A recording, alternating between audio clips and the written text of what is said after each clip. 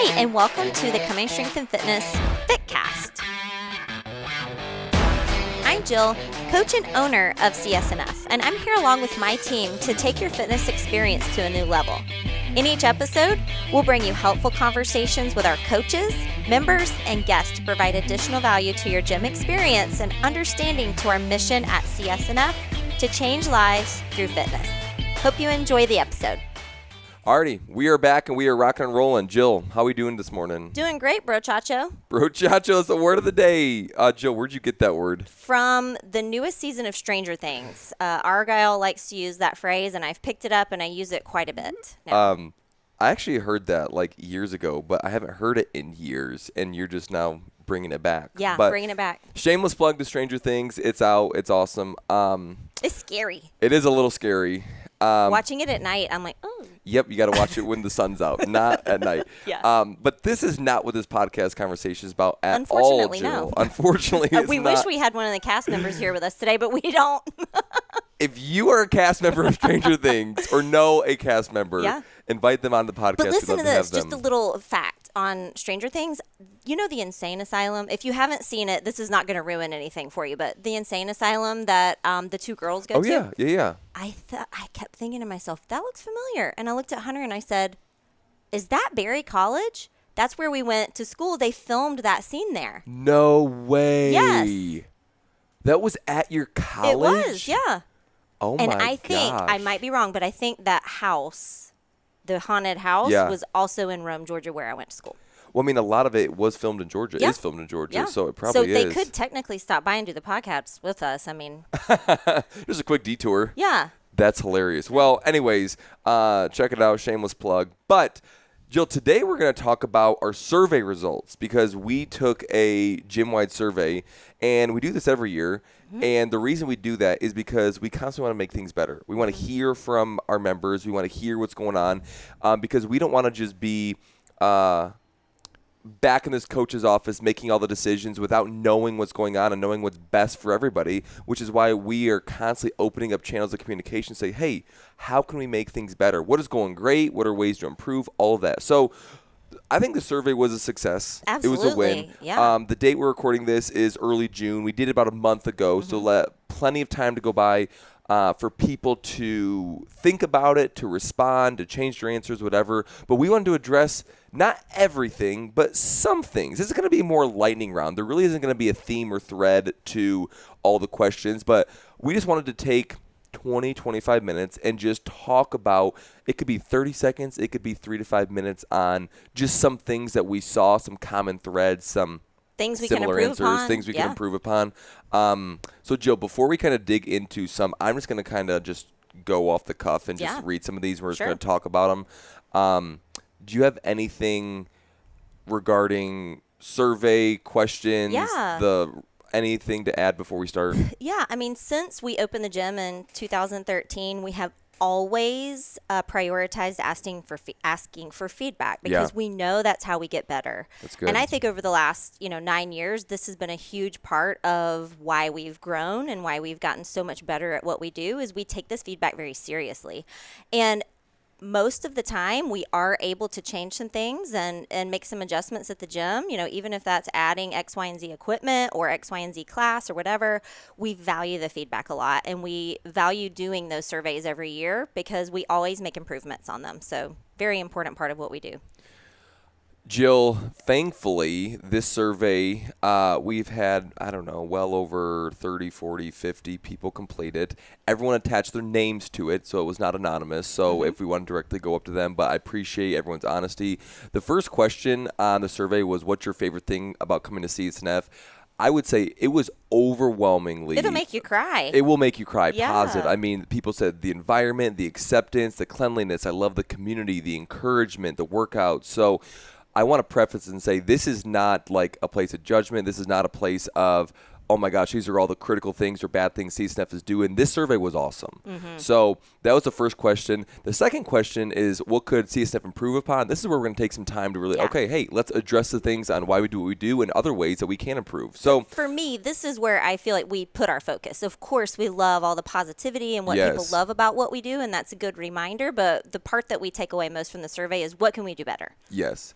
And honestly, before we go into that, I would say the overwhelming answer on their favorite thing about coming to CS&F is the community. I mean, I'm reading right here, community, coaching atmosphere, awesome coaching staff, community. It's the people. And that's what you say. We come for the fitness, but stay for the community. Yes. That fitness and health is so much more relational than physical. I mean, they're equal parts. So that's where props to Hunter and Jill on how they've started this. Is And that our it's coaches. and our coaches, and it's just how relational it is. Okay, what are some blind spots, ways to improve, all the stuff?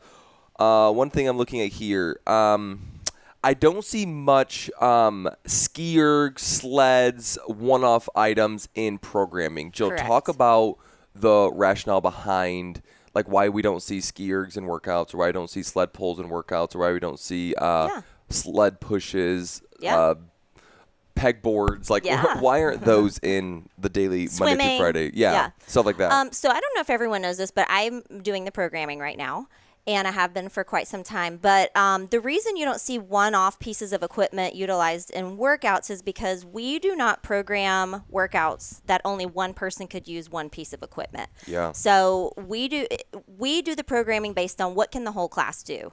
So if I had 2 or 3 ski ergs down there, and I program ski erging, and there's 15 people in the class, that's going to be an interesting workout. So in terms of what we do here, we prioritize making sure we have plenty of equipment for the whole class. And we did just exchange all of our assault bikes for eco bikes, which is a huge upgrade. They ride smoother. They don't need as much maintenance. Yep. And they're awesome bikes altogether. So anyhow, that's why you don't see one-offs a ton.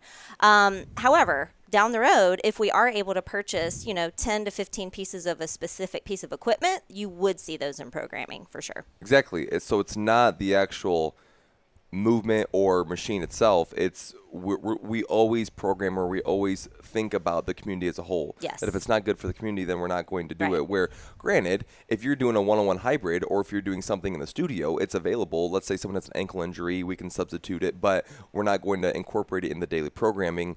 Right. If everyone can't do it. Right. Which tailors into our next one that I want to bring up is that there were some comments on the survey about how some weeks the programming seems to hit similar muscle groups every single time, or you do shoulders in the strength and then shoulders in the workout, that it causes a lot of soreness and sometimes injury from overuse of those muscle groups. Like, I did so much push-ups on Monday, now it's Wednesday, we're doing bench press. Like, what is the reason or rationale behind all of that? Well, first I'll address, using a muscle group twice in a week does not cause injury.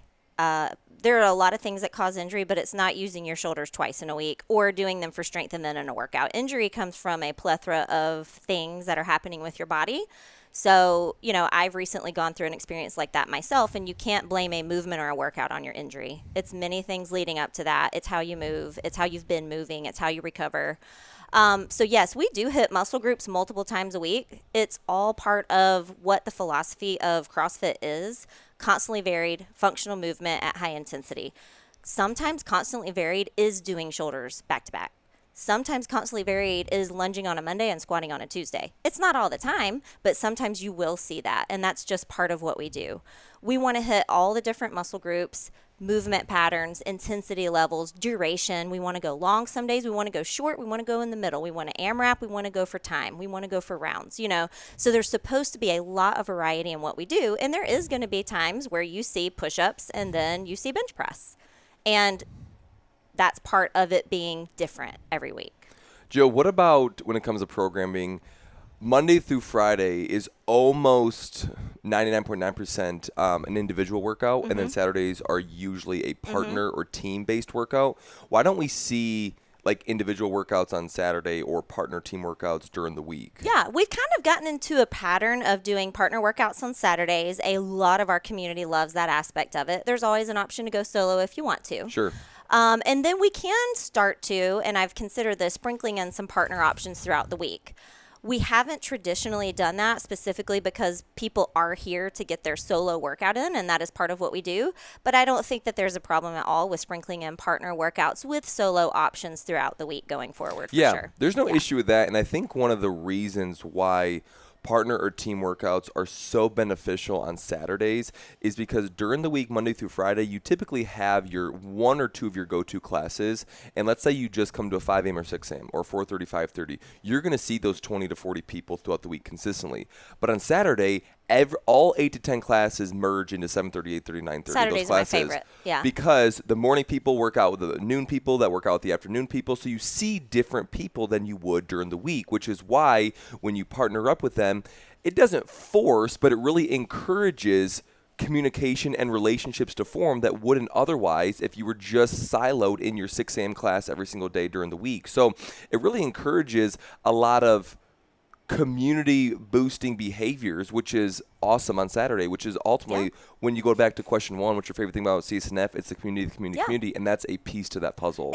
And I do know that there are people who don't like to partner, and we do have solo options for people that don't want to partner up, and that's totally fine. Yes. Because So, I've heard that where I don't come on Saturdays because I don't want to be do a partner workout because I don't want to hold my partner down, or I don't want to hold him back. I have to work my way up to that, where all of that is false. All of that is wrong because A, that's not how the partner workouts are programmed, and also there's not one person in here that will hold you to that standard of, oh, you disappointed me, you didn't work up to my pace in the workout. I'll tell you what hurts my feelings on Saturdays is when I don't have a partner and I look around and I ask for one and everyone kind of turns around and acts like they didn't hear me. They're like, no, Jill. or they'll look me in the eye and say no. Jill, I'd be your partner. I appreciate that, Alex. Yeah. So if you want to be my partner, let me know.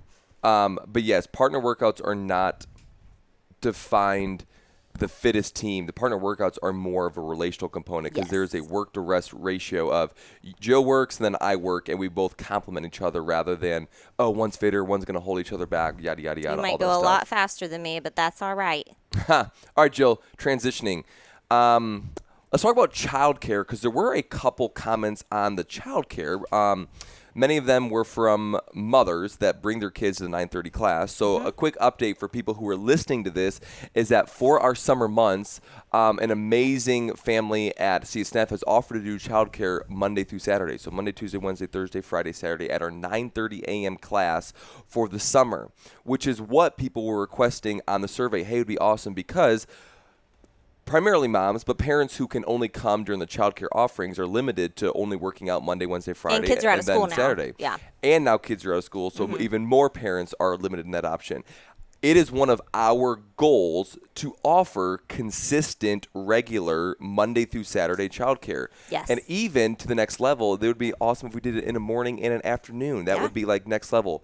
The issue is not us doing it. And Jill, you can talk this more. The issue is finding the right people. And the right people is not, oh, is this person qualified or not? No, the issue is the consistent person because schedules are so crazy busy that people can either do this or not do this, or they can yes, and then 30 minutes before they cancel, that it's so non-reliable and sustainable that it's really, really hard to find someone who can do it, or a group of people that will continually do it week in and week out. Exactly. That's always been the struggle. You know, as much as we want to have childcare every day, morning and evening, it's just hard to find someone who can commit to it. Sure. But I'd like to use this opportunity to say, if you know somebody that would be interested in doing that, we are open. So send us an email at info@cummingstrengthandfitness.com and we will explore that. They don't have to be members of the Nope, gym. they sure don't. Yeah, and we pay for the hour, obviously. Yep. Yeah. And if they are members of the gym, that would be each class would be comped towards their membership. Yep. Is there an age minimum of? I would say you'd need to be, well, I mean, I'd say you'd need to be able to drive. Sure. Yeah. Sure. But yeah, childcare is an awesome, not commodity, but supplement or an additional benefit of people's membership here. Absolutely. And I know it's very, very important, especially Yes. with the more stay-at-home working life balance here. So that was a common thread. Let's go on to the next one, Jill. I'm looking here. So CS&F is booming.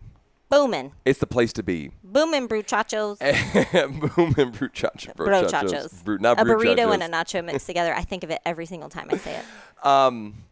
Jill, there are some popular class times that are getting pretty big. Like if you come, our 7:30 class lately has been pretty big. It's crazy because that one used to be one of our smaller classes, and now Yep. it might be our largest of the day, maybe outside of 5:30 sometimes. And I was going to say our 5:30 class. A lot of people have mentioned on the survey and even in the gym that just size availability is shrinking, that just with more people, they just don't feel as comfortable because they just feel on top of each other. What are we doing about that? We're doing a lot. So we are exploring options in terms of expanding this current building and adding almost double the space to it. And we've also explored really close proximity other building options in terms of something that would be larger. So it's on the table. We're working hard at figuring out how to add more space to what we're doing right now. So it's not like, oh, hey, just figure it out. Like, we see it, we feel it. Oh, we're going through it. You're going through it with us. Yeah. Yes, and we are trying to figure out what the best solution is. But long-term, our vision is to make that not a problem anymore. Yes. And some practical short-term things that we're doing is, as far as programming, that we're not going to put 9 pieces of equipment for 20 people, that we are going to program in a smart way that everyone has enough room and everyone has enough pieces of equipment, but also trying to maximize space as far as keeping the benches in the studio and lining the boxes up on the rig and making sure the dumbbells are up and clean and pushing the rowers and bikes as far back as possible. So I think the moral of the story when it comes to the class size is we as coaches and we as a leadership staff here at CS&F, we see it, we know it, we know that there needs to be a solution and we're working on it. Yes. So many people have mentioned that, and we are doing our absolute best. Would you agree with that, Jill? Yes, and I just want everyone to know that it's going to be awesome. It is going to be awesome. It is going to be awesome. Jill, okay. Let's talk about, there was a couple different points on the survey that I'm just, as the moderator of this podcast, going to kind of all merge into the philosophy of CS&F, because it's going to kind of answer some of the things that people put down on the survey as far as why we do what we do in regards to our hybrid model. So let's talk about really quick. Let's give the 60-second explanation, just a refresher for the people who are here, and just to inform people who this may be new to on when it comes to the hybrid offering as far as group classes and the Coach for Life system. What is that, and how do those complement each other? Yeah. So first I'll clarify what hybrid is. So we have 2 hybrid coined things that our members have access to: hybrid memberships and hybrid access. So hybrid access is the 24-hour system that we have where people can come into the gym outside of class times using an app on their phone. That's the hybrid system. What Alex is referring to is our hybrid memberships. So this is where we stand out. This is where we're different, and this is pretty much what I think is our foundation for getting people started in what we do. A hybrid membership includes your group classes, but it also includes quarterly meetups with your coach. Now, you can have more meetups if you want to. You can even do once a week if you want to. But those memberships are hybrid or kind of combined, because you're not only getting the group class experience, you're getting one-on-one time with your coach every quarter, but you're also getting access to your coach anytime you need it. Exactly. Yeah. And that is why, in relationship to proximity and maybe other fitness facilities in the Cumming area, the Alpharetta area, the Dawsonville area, whatever, that CS&F is priced at the price it is because it's not a commodity. A commodity is like gas prices, which is absolutely off the walls right now. Charts, yeah. It's like $4.49 I just passed. I was like, oh my gosh. How much is it to fill up your Suburban right now?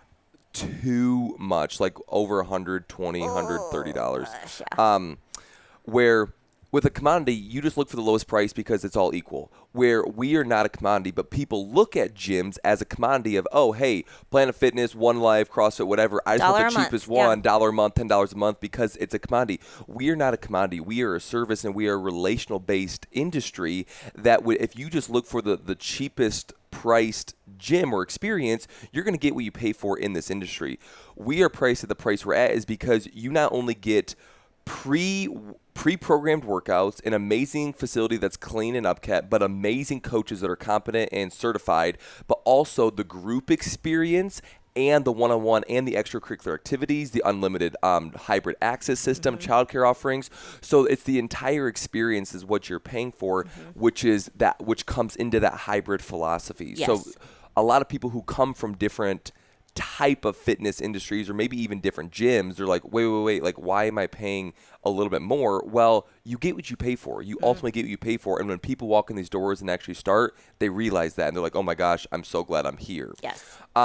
Which also, point number 2 under the philosophy is why you don't see many technically based sessions during the week, meaning, hey, we're going to dedicate an entire class time to just learn handstand push-ups or just learn squat snatch.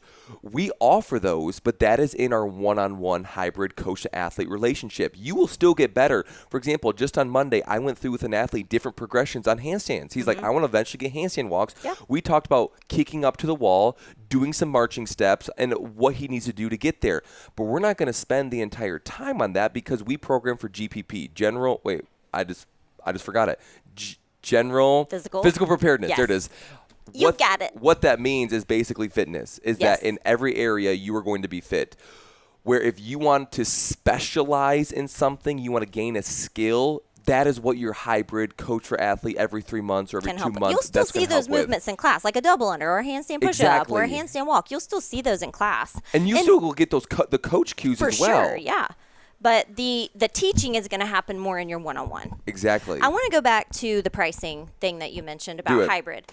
The reason we have exceptional coaches, my opinion, the best coaches around, Sure, is because of what we charge. 100%. And we are able to compensate our coaches because of that. And that's why we have the cream of the crop, best of the best coaches that you could possibly ever ask for.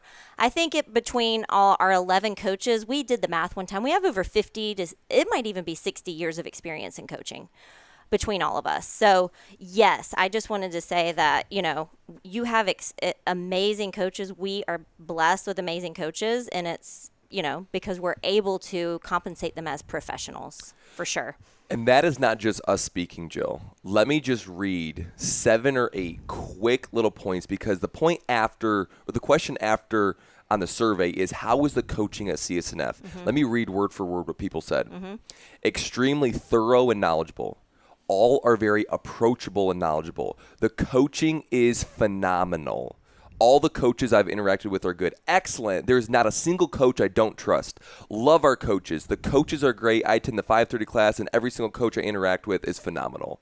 And that was just 7 out of like the 40 plus across the things. Board, that is the feedback on the coaching. You get what you pay for, and you have to pay good employees what they're worth. We're professionals here. Exactly. We are trying to professionalize this role for the people that are here and coaching for us, and that enables us to do that. So that's what I would say about that. Yes.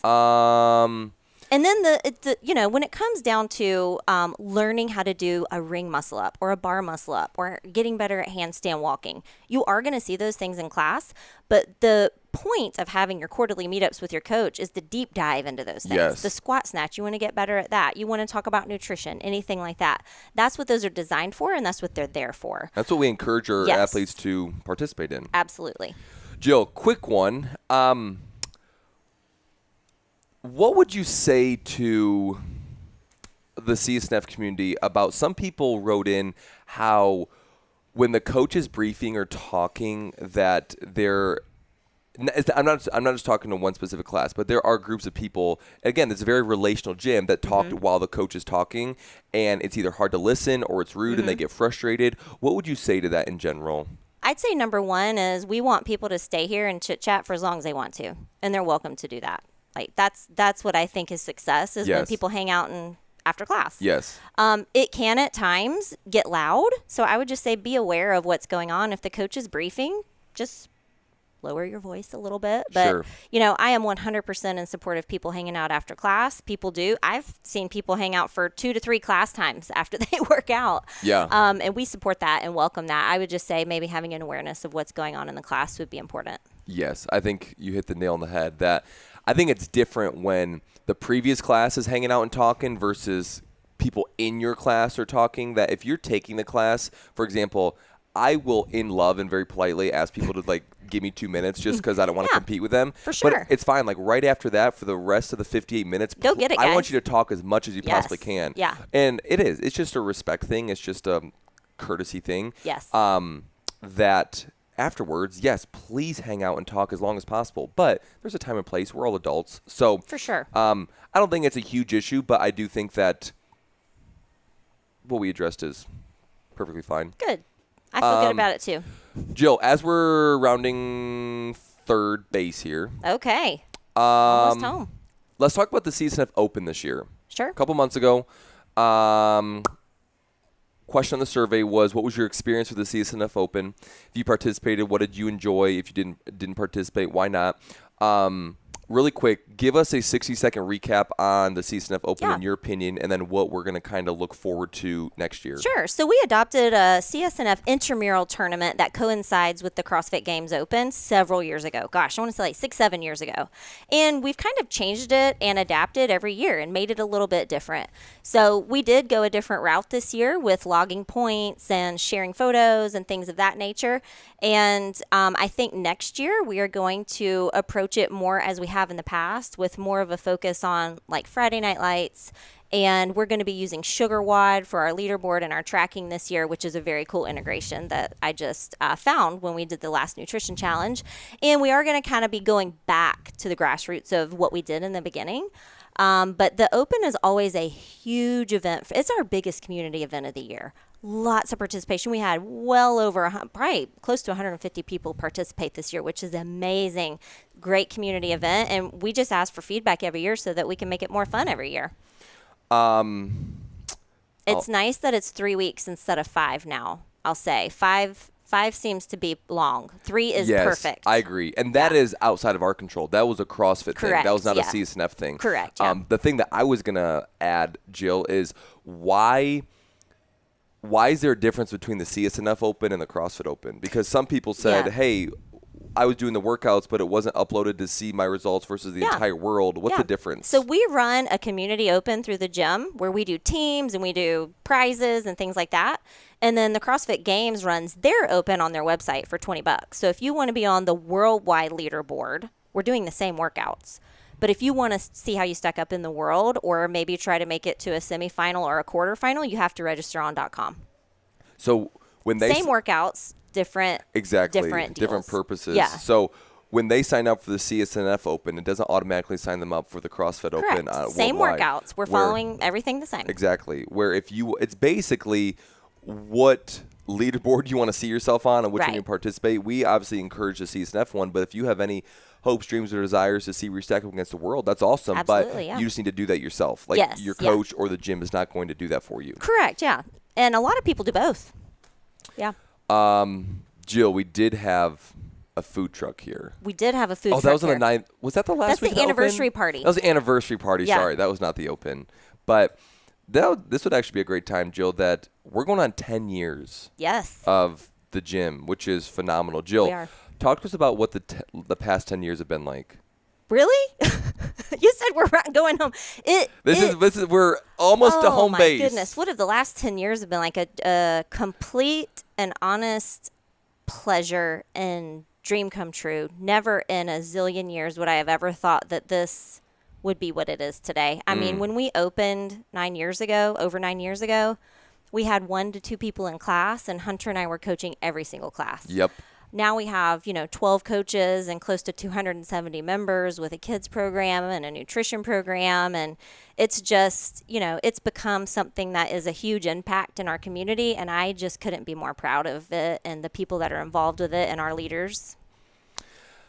Does that sum it up? That summed it up very, very well. So I think that's gives context to the survey well, because this is just a snippet. This is just going on leg 10, and we're nearing the 10th leg of this journey, and we're just getting started. That we have a lot of amazing things rock and rolling coming down the pipeline, and we just hope that this conversation just brought some light or clarified or reminded our CS&F people of this, because previously when we didn't have the podcast, we would have to either track each person down or maybe collectively in an email or our classes talk about, hey, remember childcare this or programming this or whatever. This is just a very succinct, easy, compactable way to address a lot of these things. So if there was something that we didn't hit, please reach out, let us know. Let's have a conversation where the door is always open. Our hands are always open. We want to constantly make things better. If there's something that you wanted to add to the survey or a compliment that you feel like you want to give to a coach, whatever, please let us know. But this was just a quick little 20-25 minute conversation on some of the high points, some of the common themes and threads that we found in the survey. Overall, overwhelmingly positive. We got a lot of good things. Again, still things that we're working towards, things to get better at, things that are coming down the pipeline. But we just want to take a minute and talk about these things. Yes. And if you have any critical feedback, you can email Alex at Coming Strength and Fitness. For your positive feedback, Jill at Coming Strength and Fitness. And I will forward those right to Jill at Coming Strength and Fitness.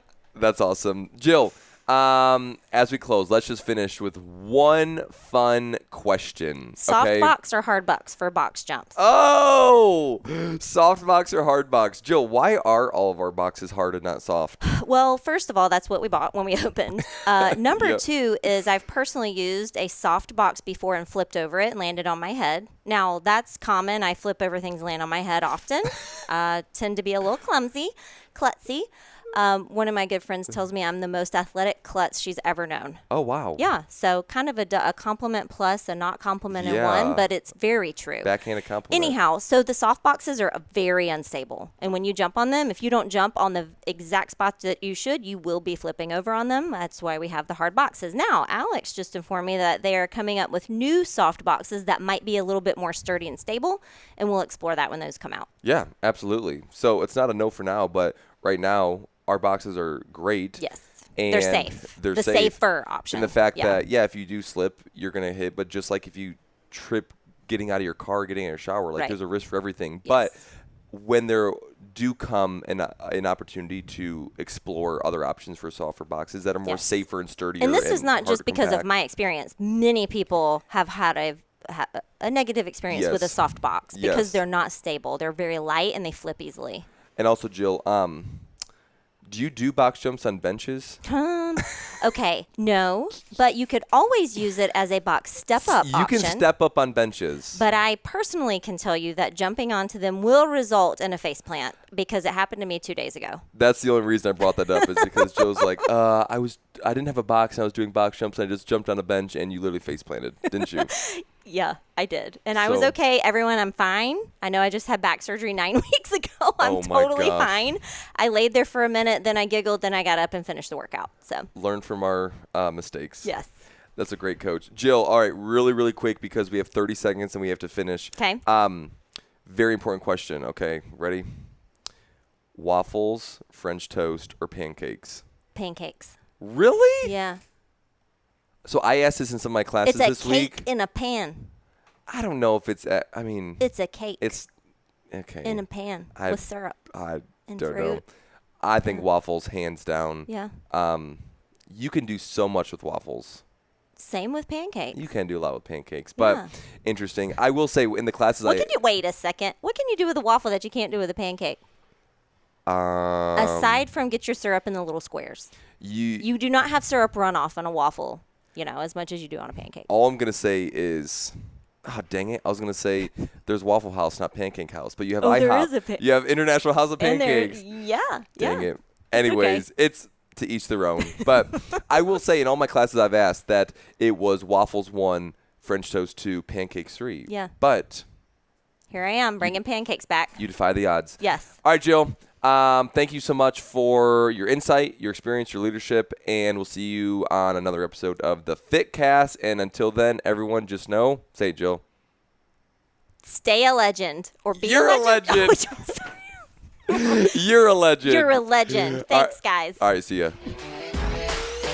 Thank you for joining us today, friends. We hope you enjoyed this conversation and gained a greater understanding of the mission and vision of the CS&F community. Check us out on Facebook and Instagram under Coming Strength and Fitness or hit us up on comingstrengthandfitness.com. See you next time.